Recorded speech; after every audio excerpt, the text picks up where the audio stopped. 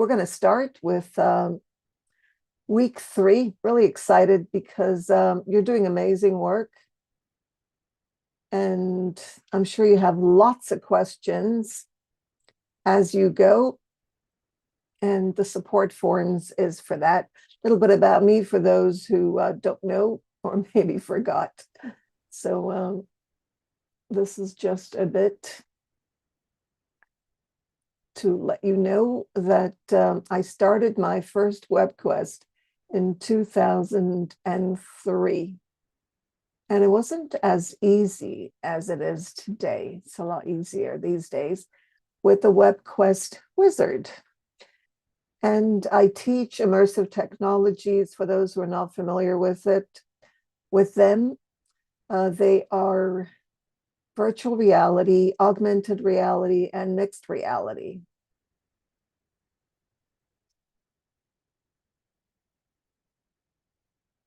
All right, today we're going to focus again on 3 parts of the WebQuest. The first, we'll start with a conclusion.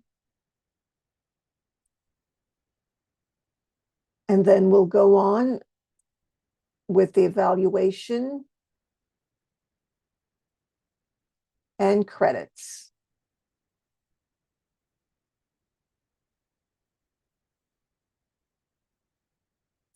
The conclusion is like any other conclusion, except it's a WebQuest kind of conclusion.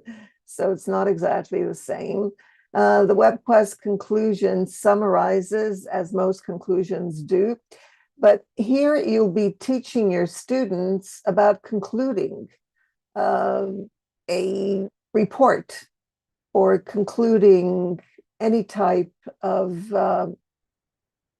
I guess, WebQuest, because they're the ones that are going to be doing the concluding part, but you will help them with it. So again, it's a summary of the process, what they had to go through in order to accomplish the task of the topic, which you gave them in the introduction. They will be working on the conclusion within their team. So they'll conclude as a team, and they'll mention, of course, how they felt, not just the actual outcome, but how they felt as individuals within a team. So the teamwork and how it went. So that's one part of the conclusion. The other part is their individual concluding remarks. What conclusions have they come up with? Whether as part of the team or as individuals.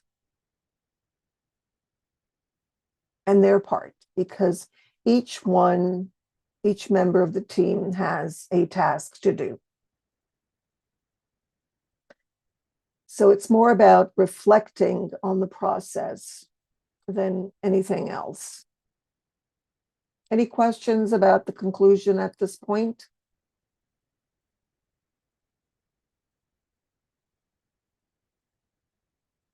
I'm looking for questions.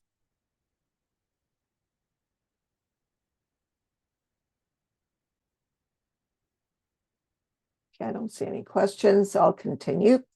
But feel free to add your question in the chat. I'll be able to see it as soon as you add it, and I'll answer it. So what makes an effective conclusion? You'll be working on this with your students, but if I ask you, if you had to conclude, summarize what you've done so far in a couple of words, what would you say? You can add that in the chat. Concluding remarks.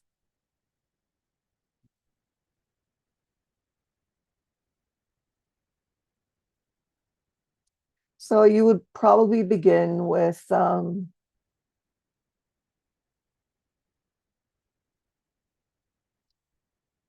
summarize, in conclusion, and so on, right?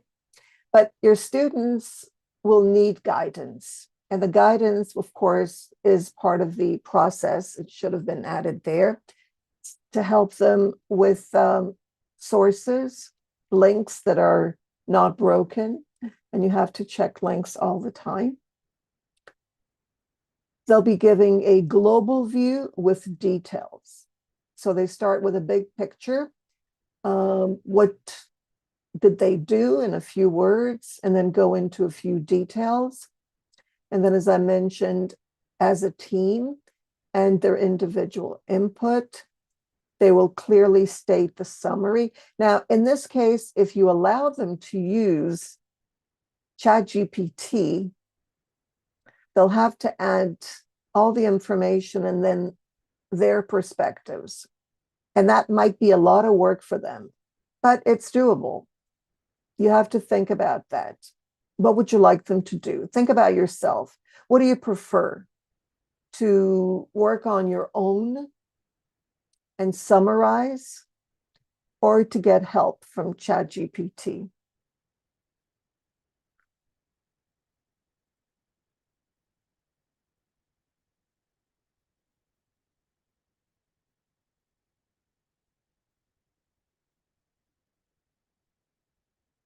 Oh, I see there's some questions I only noticed now. Okay, so one question is, everything is generated by AI? Yes, but you need to be critical. You have to be in there and make sure that you don't just copy and paste. We don't want our students to copy and paste once they add a prompt. We want them to be able to provide prompts that actually lead to where they want to go, and not just, not even bother reading it and just copy whatever is there and paste it. So reading is really, really an important part. And as language teachers, or if you're a language teacher, realize how this is important. Another question is methodology. What's the difference between project-based learning and WebQuests? Well, WebQuests are a very systematic way of doing a project. It is a project if that's your final outcome. So if they're working in teams and they have a final project or outcome that is a report, or it could be, doesn't have to be a report, it could be a website that they work and develop based on a topic. So it is a kind of project, if you like. The projects are not systematic, and WebQuests are. Projects do not have 6 parts or 7 parts, but WebQuests do. Okay, so their layout may be different. Okay. If they want to redo a specific part, the question is, I can't see it. What would they change? Oh, that's the recommendation. Very good, Nabiha. That's right. It includes recommendations. What do you recommend? And that's really, really important. You've done the job. You've come to the end. You've created something. You've reflected. What would you change? Now, it could be, what would you change if you're doing, for example, the giver? What would you change in the giver? Not just in the WebQuest, but in the actual content. If it's a book, what would you change in the book? If it's a movie, what would you change in the movie? If it's an article, you might want to make recommendations there. What would you include in the study? And so on. So whatever topic it happens to be, there's always room for recommendations on the topic, not specifically on the WebQuest. They're not making recommendations for the WebQuest, but that could be part of it as well, but not only that part. Make sure that you include a few items, not just one. And of course, your own reflection, yes. Human-based, okay, that's a very good point. Fauzi, I think you haven't started the web, well, maybe you have, but you haven't done much to get the feel of it. So I suggest you try it, and then it'll be easier to say whether human-based or not human-based. Because actually the WebQuest has humans behind it, but it's based on the internet, on whatever is available on the internet. So you could think of the internet as being a thing with humans behind it. So there's always the human aspect behind it. But actually, we're talking about technology and the internet. And of course, ChatGPT, which is based on human input, but it's machine learning. It's also a tool, a technological tool. And then getting some help. Yeah, the idea is to get help, to be assisted by technology, but also to be there and to check and recheck constantly, which I think many of you are doing. You're checking the links because you understand that links can be broken. Links do not last. And because links do not last, ChatGPT may give you wrong links. The links may not be correct because they've changed. Another thing is, one of you asked about Copilot. I want to make it clear that Microsoft developed Copilot, and Microsoft uses Bing for the websites, for the links, and ChatGPT uses Bing for the links. In other words, ChatGPT uses Microsoft links. So whether you go to Microsoft or ChatGPT, they're using the same system. Okay, so it doesn't matter. You might as well stay on ChatGPT unless you're looking for images. Images, you might find better images elsewhere. And we could talk about images if you like. Right, so start thinking about the conclusion. Even though you'll be doing the evaluation before, I think it's important to think about the conclusion, have the end in mind as you work. And of course, the conclusion should be easy to follow. Now, if you've noticed with ChatGPT, you will notice that the language is very typical to ChatGPT. Or the WebQuest wizard, which is based on ChatGPT. It is not my language. It's not the way I use English, and it's probably not the way you use English. If you look at the sentences, you may find that they're not yours, and you may wish to make changes so that the sentences resemble you. And you can ask ChatGPT, give some sample sentences of your own, and ask ChatGPT to write the sentences that reflect the way you write. That's also a possibility. How do we design the conclusion? Well, first of all, you do the web quest yourself. Once you finish the web quest, yes, of course, it's also Gemini. You're right.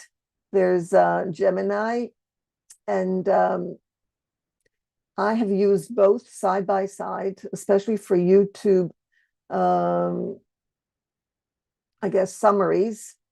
And I find that Gemini is not as willing to give me information. And I have the advanced Gemini. It doesn't give me as much information as ChatGPT does. So it's kind of like it's cheap with its information, it's limited, and it's not as willing. Yeah, it's funny. It's not as willing to provide information. That could be a good thing sometimes, because sometimes I think ChatGPT overdoes it. Sometimes it gives you more information than you need, and it adds opinions and things that you don't necessarily want. So try both, side by side, and see how it works. Okay, it's not perfect because technology is not perfect. And the reason technology is not perfect is because we are not perfect. Okay, we're still trying things out. And remember, everything that's in these AI tools comes from us. It's all the chats, everything that's out there that we have put in our phones, our conversations, everything that both audio and visual, both text and video, such as this one, all of these go into the database of these AI tools. So if we put out misinformation, and if we are not careful, and we're not, of what we say and how we say it, that's going to go into the database. So, we can't expect perfection. And the training is us. Graciela, if you could add your comment to all of us. I think sometimes it jumps with somebody's name because you added something very, very important there. You said, I often teach my students that ChatGPT doesn't speak or think as they do exactly. So that's why we need to, with grammar and style, of course, vocabulary, that's why we need to feed it the way we talk so that it reflects our words and not its words. And just repeating, what ChatGPT or just copying and pasting isn't enough.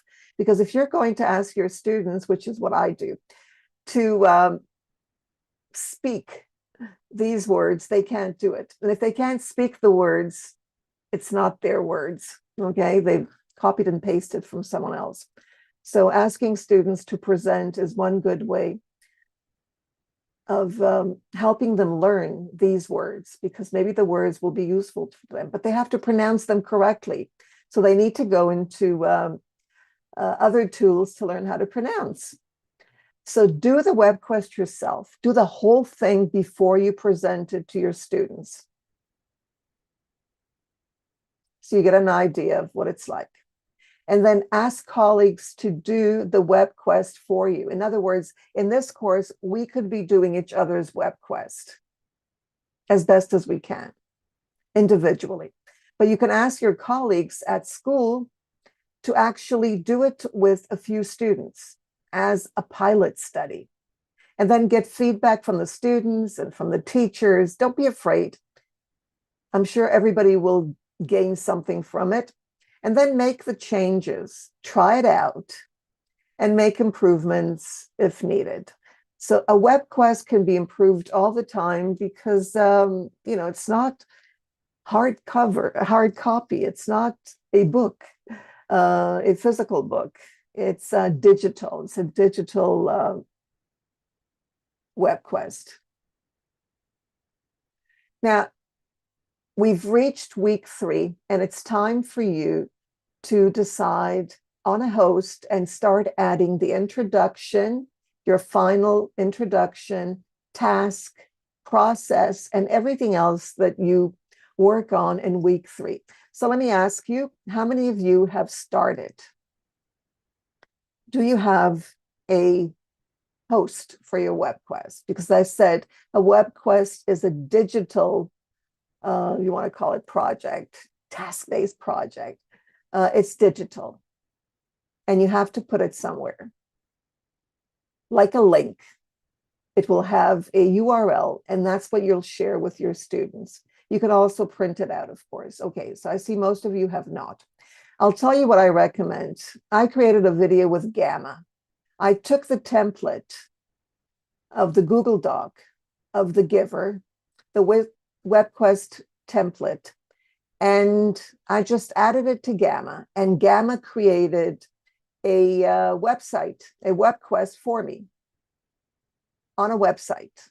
That's Gamma. So Gamma is a very easy way to do this. You can use, of course, Google Sites. We talked about Google Sites, Blogger, Google Docs, but I would recommend not using Google Docs. If you add it on a Google Doc, I recommend using Gamma, and I have a video on this where Gamma connects to your Google Doc And it just takes it in 1 second and creates a site. And I'm not kidding, maybe 3 seconds. It's really, really fast. So think of doing it on Google Docs and then just letting Gamma transfer it and create a website. And a WebQuest is a website, so to speak. You can use, of course, the other ones, but you don't have an AI tool to help you with the other ones. With the other ones, it's all copy-paste, except for Gamma. Gamma is the only one that works with Google Docs, and it works really well. Any questions about hosting at this point? If you have questions later on, feel free to please add them in the support forums. Questions are very important. Write the name of the app that goes with Gamma. Oh, sorry, I moved. The next slide. Oops, here it is. There it is, Gamma. Okay, it's clickable. Okay, there it is, Gamma. And this is, you will see this on the slide. And I think I added the video of Gamma that I created. So easy. And by the way, if you have an old WebQuest, Lucia, I believe you have an old web, you can do this and just move it to Gamma. But you first need to copy and paste it on a Google Doc. And you don't have to worry about how you paste it. Just paste it on a Google Doc and let Gamma do the job.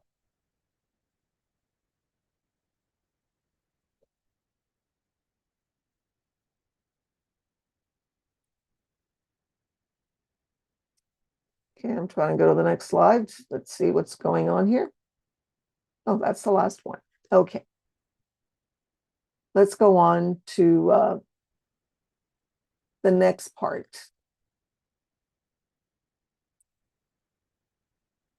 The next part is, where's the next part? Is the evaluation. So let's go with that.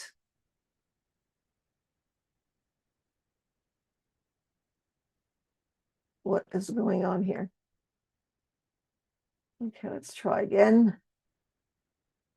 Oh, I'm clicking in the wrong place. All right, so the next one is evaluation. In the evaluation, notice it comes before the conclusion. I just wanted you to start thinking about the conclusion and then go back to the evaluations. Now, in the evaluations, here you have to kind of, in your prompt, let the WebQuest wizard know exactly what you want. Say that you want, and you can give the example of the template, or you can use your own examples, evaluating students, because you're going to evaluate the teamwork, the individual work. You're going to evaluate the process. You're going to evaluate their engagement with the content, with each other, how they solve problems, how they manage themselves, not somebody else, but how they manage themselves, and how they solved problems in the team or individually. So it's not just about the actual outcome of the project or whatever it happens to be, the end product, but it's also the process, what they went through, how they felt in the team, how the team worked, if there were problems, how they resolved the problems. And I always explain to my students that problems are very important. And they do have problems. I'm talking about the classroom, but online too, I suppose. In the classroom, they sit in teams and they work. Now they can use their phones, of course, in the classroom, or they can work on paper. And sometimes there are problems, not everybody gets along with others. And sometimes you're in a bad mood and they have lots of moods, of course, just like we do. So things don't work. So whenever they have problems, I always tell them, that's wonderful. This is an opportunity to add this as part of your conclusion, as part of the process. Okay, so include that. That's very good. So they feel a lot better when they have problems, and at that point, they relax. So it's okay to have problems. Sometimes they'll approach me and tell me, I want to switch teams. I can't work with these people. I said, well, this is an opportunity. Okay, so if it doesn't work, it doesn't work. But I try to encourage them that it's all a process, and it's very important to face whatever problems they're having. Not because it's going to help them in life, because they don't like to hear that. But we know that that's probably true. In the evaluation rubrics, and the WebQuest wizard will create wonderful rubrics for you. You have to ask for a table format with no dashes in the middle, no bullet points. And when you copy it, you don't copy it at the bottom where it says share or copy. You copy it physically. You just go through the whole thing and you copy and paste it. Otherwise, you're going to get all kinds of signs. And I'll show you what I mean in a minute. So let's go back here.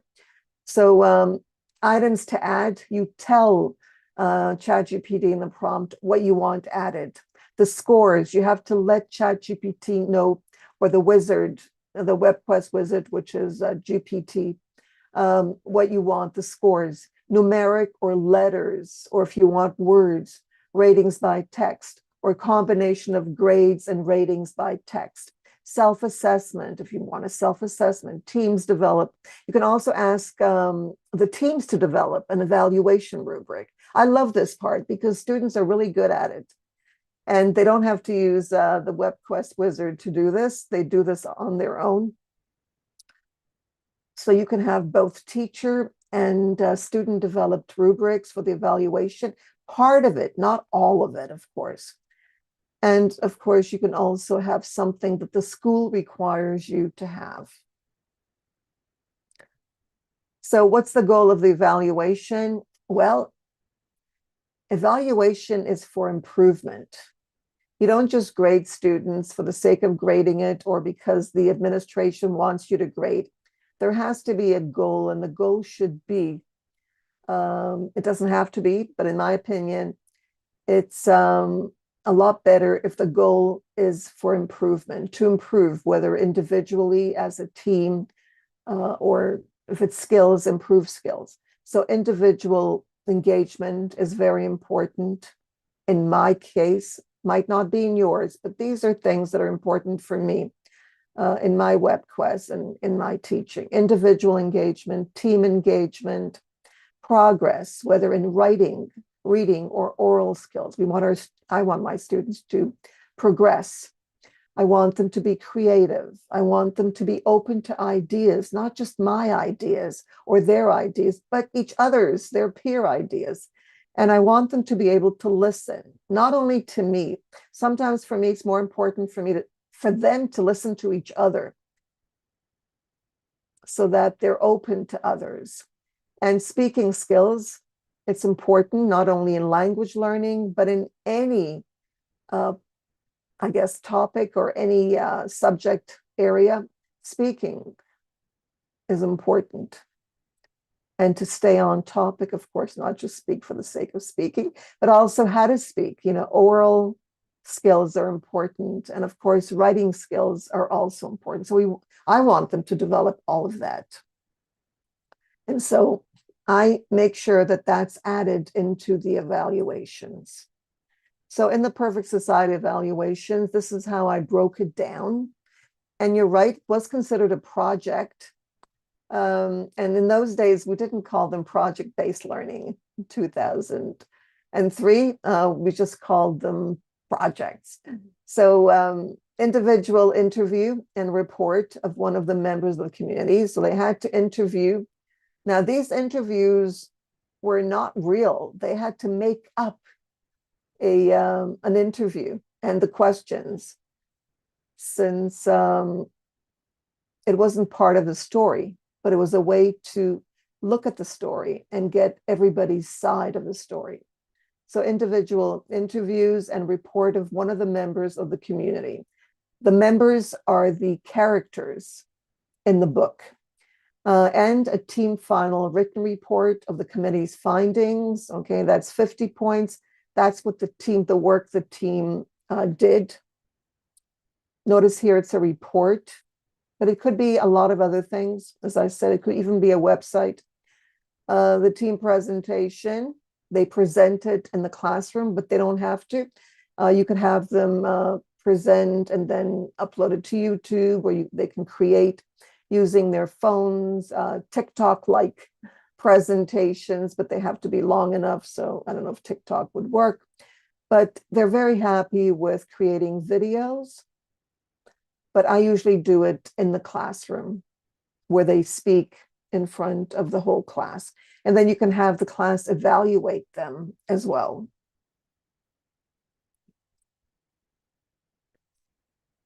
To go on, the team will present their findings to the class. Now, they usually do this orally in class, or they can also have audio and visual ways of doing it. Besides speaking in class, they can also have on the whiteboard, the projector, they can project a audio. They like to create movies, as I said, so many of them prefer to create movies to speak and also to show their movies, their YouTube videos. And then the team presentation is at least 5 minutes long. One member introduces a topic. Each member of the team speaks about their individual work, what they did, they share that. They don't read from notes.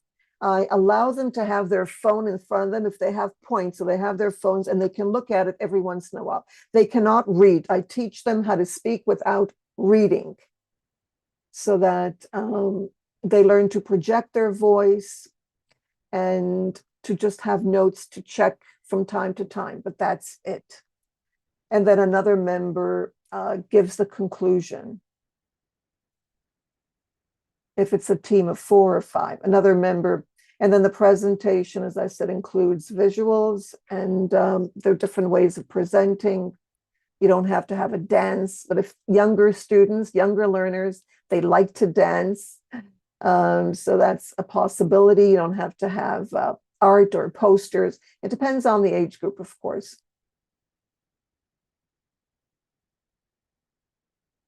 And then the structure. You can prompt your students, help them out so that they can think through. They need scaffolding, a lot of scaffolding.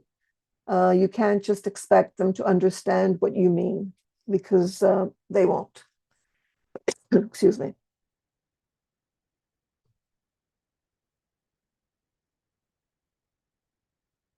Students will not understand. Nobody understands.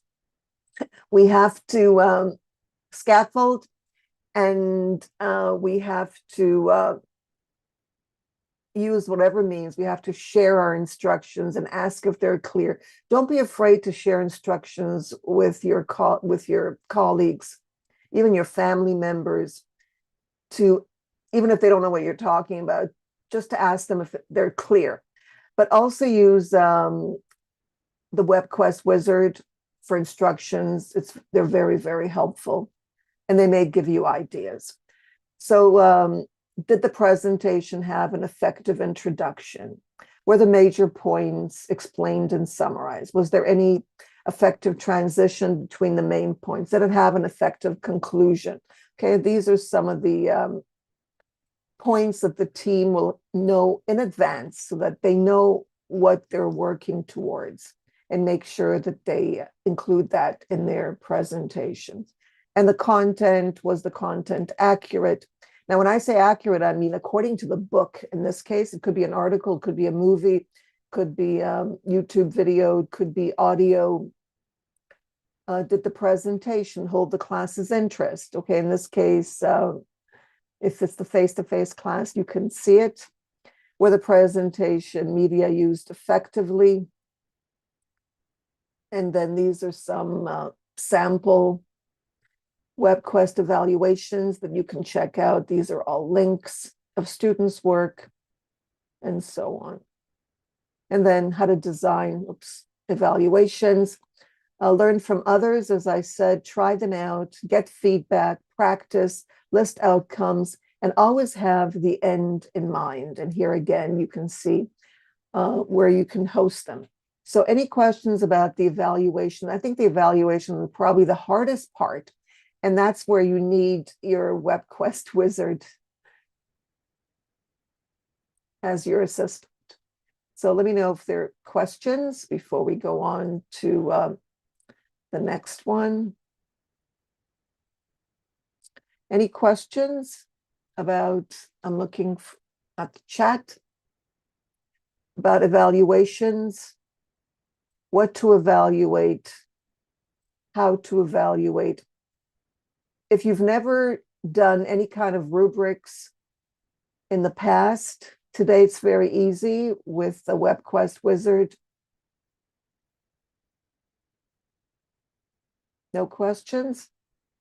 Right. If you think of any, feel free to just add them. Okay, and now we're going to look at credits. Now, it's important to give credits and to teach our students about giving credits. Really important.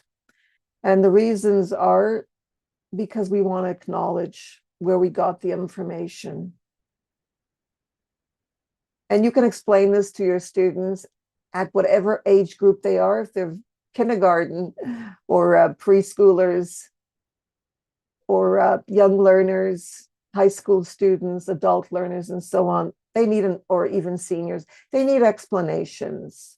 And giving credit, and you can say it in different ways, it's like a thank you. You want to thank the people who came up with the information. Thank, the WebQuest wizard. Thank you, WebQuest.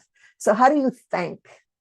And of course, credibility. Oh, I forgot the R here. Credibility of the content. It makes the WebQuest more credible. And there are different ways of citing, giving credit by citations. And all these are available, of course. There's APA style, which is what I use. MLA, which I used to use when I was in high school. Chicago Manual of Style, I have never used, but it's available. Harvard, I have never used. Have you used any of these? Vancouver Style is mostly for medical articles. Which one have you used?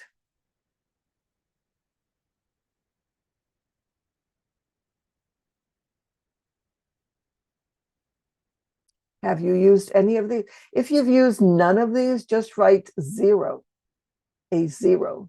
Okay, so I know that you're still here.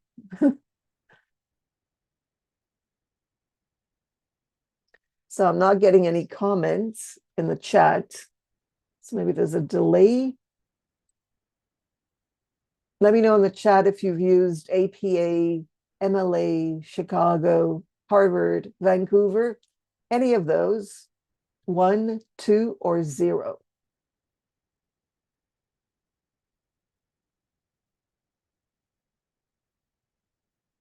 Let me check the chat because I don't see anything popping up. I don't see any chat. Oh, people are posting. I don't see anything. Nope. It's not. Usually I see a red on. Maybe they took it off. I was looking for a red spot on chat, and apparently it's not connected. No, it's as I said, there are lots of changes on Zoom, and I think one of the changes is that the red doesn't come up to show me how many people replied. No, they changed it. Okay. They don't let you know that they make changes, which is fine. Google doesn't let you know that it makes changes either. So Zoom can do the same. All right, so I see some zeros from 2 people. Anyone else? Anyone else? I put a question mark. Oh, you've used MLA and okay, both MLA and APA, just like I have. APA. Yeah. So we don't have any doctors in the house. By the way, lots of WebQuests on medicine out there. All right. So we talked about articles and we talked about links that don't work. For example, in the WebQuest wizard or in ChatGPT or even on Gemini, Google Gemini, Copilot, Bing, and so on. The links are not always authentic. And the reason could be that they no longer exist. Okay, I understand that. But sometimes it's better to use a research tool, an AI research tool, such as Consensus, Scholar AI, and I've added 4 today, Scholar GPT and SciSpace. And they're all excellent. And you can find them for free on the GPT. You go into ChatGPT 4.0 the way you always do, and you go into your GPT explore GPTs, and you will find. So I added the links here. The first link is the link to Consensus, their website, where you usually have to pay to get anything, and then the GPT. So you'll be clicking on the GPT to see what's there, and then you'll get articles on whatever topic you're interested in. And this is important for students as well. In my courses at university, I give my students a list of research tools, and I suggest that they use them. But they also have to check. There's no copying and pasting. They have to check everything. And you check them in online libraries or Google Scholar. That's another place. Now, we need to give credit for everything. As I said, we're thanking those that helped us with the information. So we give credit and we cite images, and we teach our students to do this. I even taught my high school students how to do this. I think it's important, and they were fine with it. They had no problems with images, audio, video, music, movies, text, everything can be cited, and they can use, it's fine to use ChatGPT 4.0 and these. Scholar GPT, SciSpace, Consensus, and Scholar. Some of the problems, as you've encountered when you did the process, are broken links, old, outdated links that are no longer there. And nobody told us. And because nobody told us, they're still there in the database. Because remember, all the AI, generative AI tools use whatever was and is. They don't check if the links are outdated. We have to still do that because we didn't tell them. Nobody told them. So they have the wrong information. So we have to check the links. And some links are not safe. They have no SSL or HTTPS at the beginning of the link. Stay away from them. Anything that has an HTTP, stay away from it. It doesn't have a certificate as a link, and it's not safe. Usually you get pop-ups saying that it's not safe. And then the site may be unclear. The images don't show up. The audio doesn't work. What do you do when this happens? It could happen anywhere on any website, including our course, when images don't show up and you don't hear anything. That's the time to clean up. You need to clear the cache. CACHE browser, whether you're using Chrome, Edge,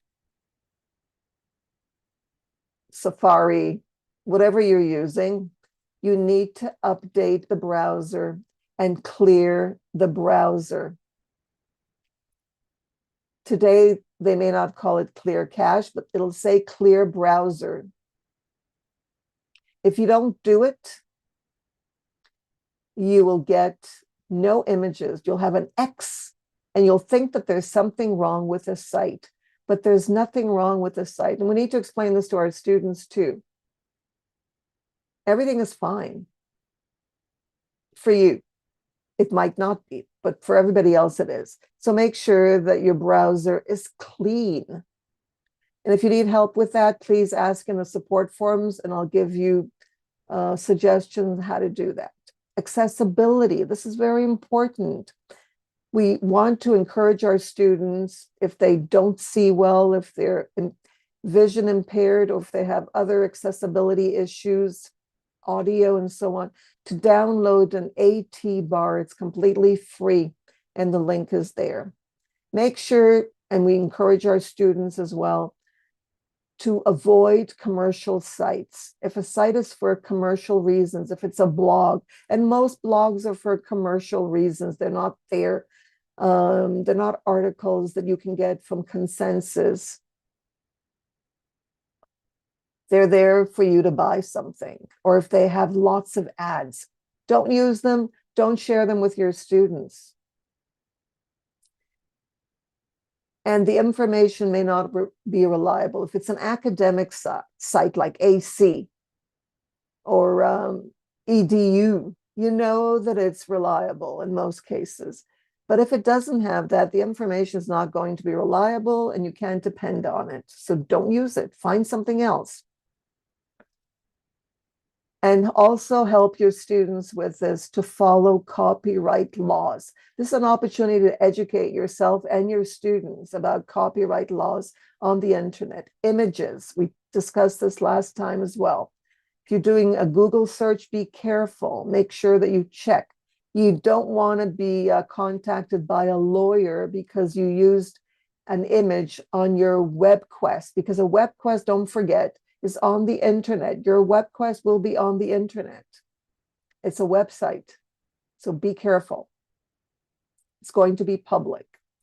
And avoid plagiarism. We talked about that with the citations, whether APA or other ways.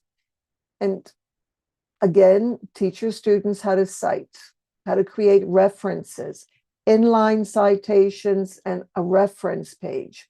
I know in some schools they call it bibliography. That's fine, but that's for books, not for small things.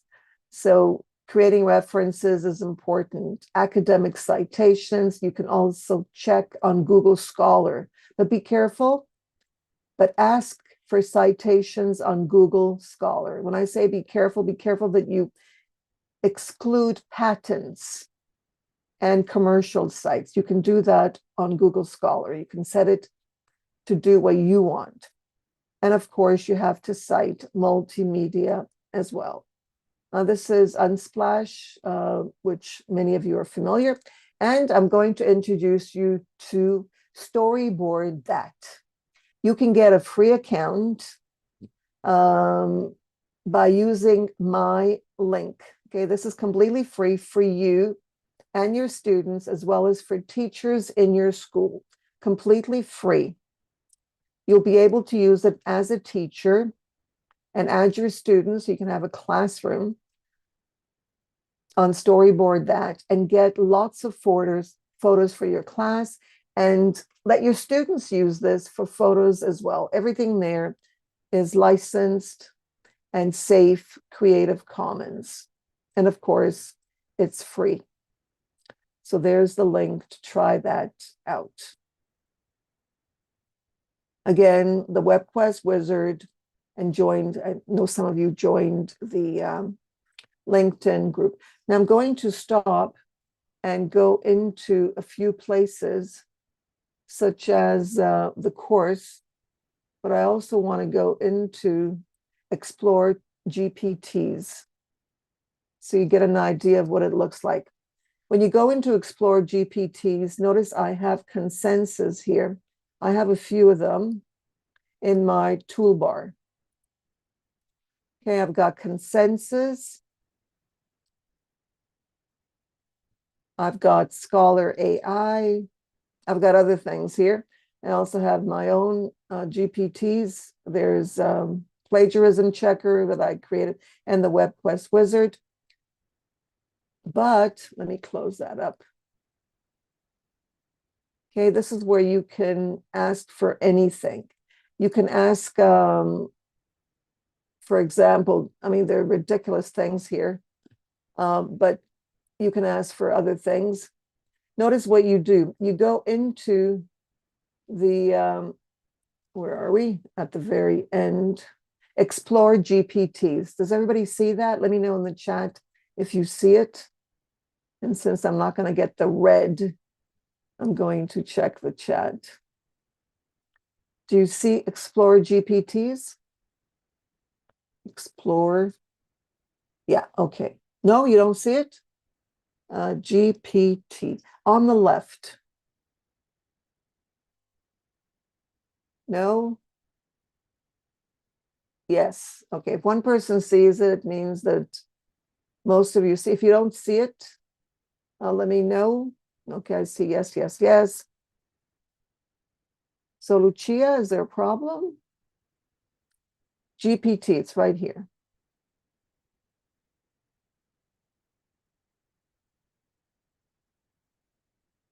Okay, Explore GPTs, you go into Explore, and then what you're going to do is you're going to write something, anything. What would you like me to write here? To check to see if there's a GPT, and it's all free. There's a YouTube summarizer that I use. Any suggestions? Something that you'd like to use? Well, how many of you teach seniors, right? We've got seniors. Oops, it's not working. There, seniors. What should I write? A senior education for seniors, okay? Education for seniors. Let's see if there's anything on that. Media Mentor, Lifelong Learning Guide. Nah, that doesn't suit us. So seniors doesn't have anything. But notice here you've got writing, productivity. Oh, here, voyages for senior. Okay, that's in French. Or, yeah, I think it's French. Better retirement for seniors. Activities for seniors. So if you click on activities, seniors guide to DIY, voice companion for seniors. That looks interesting. Serenity Guide for seniors, technology simplified for seniors. And these are all free. These are all GPTs, like the WebQuest wizard. Fitness for seniors, GPT. Okay, so if you go into activities for seniors, there we go. You can start a chat. Activities for seniors. Okay, that's one example. So you can find your own, you can explore. Any other topics? I think you had German. What was it? German. Georgia had German teen activity. Oh, teen activities. I think that was teen activities. There are so many activities. I think that was something. Let's see. Teen activities. I offer personalized teen activity suggestions. Okay. There's even one on that. Any other topics that would interest you? Maybe TESOL, teaching English to speakers of other languages. TESOL guide, TESOL business guide, Brazil, TESOL exam prep, TESOL personal virtual lecture, weekly news updates for TESOL, TESOL buddy, ESOL, level 1 ESOL learner design. Any ideas? You found it. Oh, you found it. Good. I'm glad. Okay. I was asking if you saw it on my screen, but I guess you were looking on your screen. Okay. I'm glad you found it, Lucia. Anything that you'd like to check? You can find anything. What was it that you were doing? I'm thinking of your topics. You might find it here. Oh, okay. Great. IELTS. Let me make sure that that's IELTS. Okay. There we go. Fauzi. ILT, writing English and language learning, speaking and English language learning, speaking simulator. Ooh, that looks exciting. IELTS, checker, writing. Look at how many there are, and there's more. Speaking assistant. So yes, lots of different GPTs, really, and now they're free. They used to cost money. Now they're all free. I'm really excited because I think that the minute they brought ChatGPT to the world, I was very angry when they forced people to pay. But when they came up with ChatGPT-O for free and offered all these GPTs for free, I was very happy. So yes, that's one thing I wanted to show you, the GPTs. I also wanted to show you Gamma. Okay, this is Gamma. You need to get an account, of course. Let's go home to Gamma because I was in the middle of something here. It has credits, but if you see, I have 280 left. But if you sign other people up, you'll get more credits. So there's a way to get more credits without paying. So let's say I want to create a site. Okay, I want to create a site. Oh no, I created it. This is what I created that I wanted to show you. This is the WebQuest that I created from the template. The WebQuest template, the perfect society. I didn't do it actually. It's it was created from a Google Doc. I took the Google Doc, I put it in here, and Gamma created it for me. So let me take you to the site. This is what it looks like. See, it's a website called The Perfect Society. And now I can share this with you. I don't have to share the template. See, it says made with Gamma, which is fine. And everything is here. There's the introduction, the task, the process, evaluation, the team organization. It's all here. Using Gamma, creative presentation methods, they did the whole thing. I didn't do anything. All I did was I went into the template, which I can't find. Oh, there it is. No, that's another template. All you do is you go into the template, but I'll share the video with you. You go into your template and you ask Gamma, you share the template with Gamma, and it's really, really easy. You simply, let me go back here.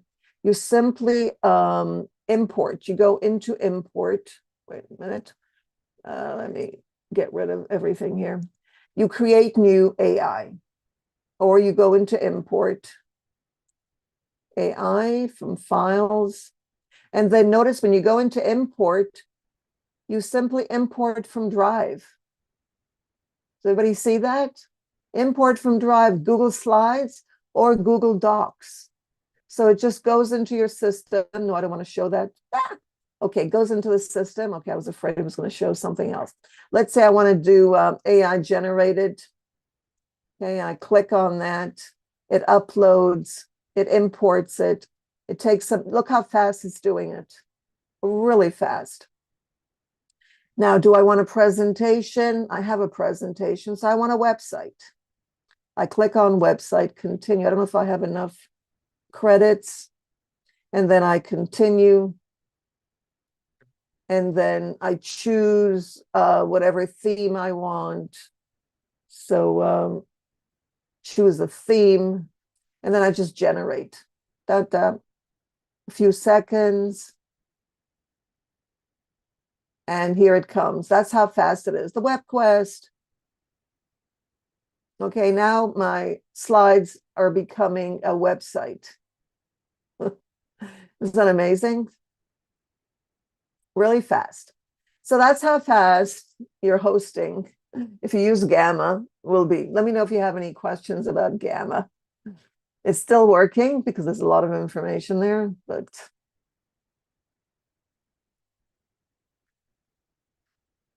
and they also add images. Okay, so they don't even have to ask for images. They add them for you, and then you publish. Click on the publish. And there's a new site. Here it is. my presentation. And I'm talking about this presentation. Okay, I turned it into a Gamma website. I think it's this one. No, it's this one. Building blocks, everything is here. But you can change the colors, you can change it, just to show you how fast Gamma is. Absolutely amazing. And I think that's it, except for the course. I think, let me extend it. Okay, that is week 3. Notice week 3 is the valuation first, and then the conclusion and the credits. That's week 3. It has 3 parts. I think it should be faster than week 2 because there's less information. And that's it.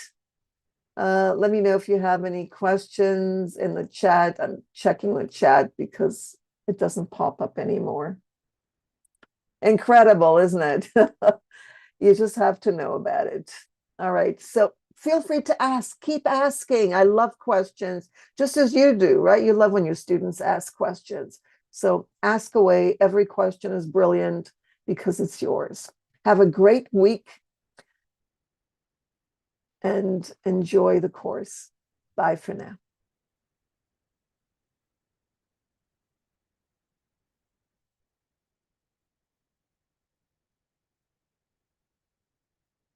Thank you.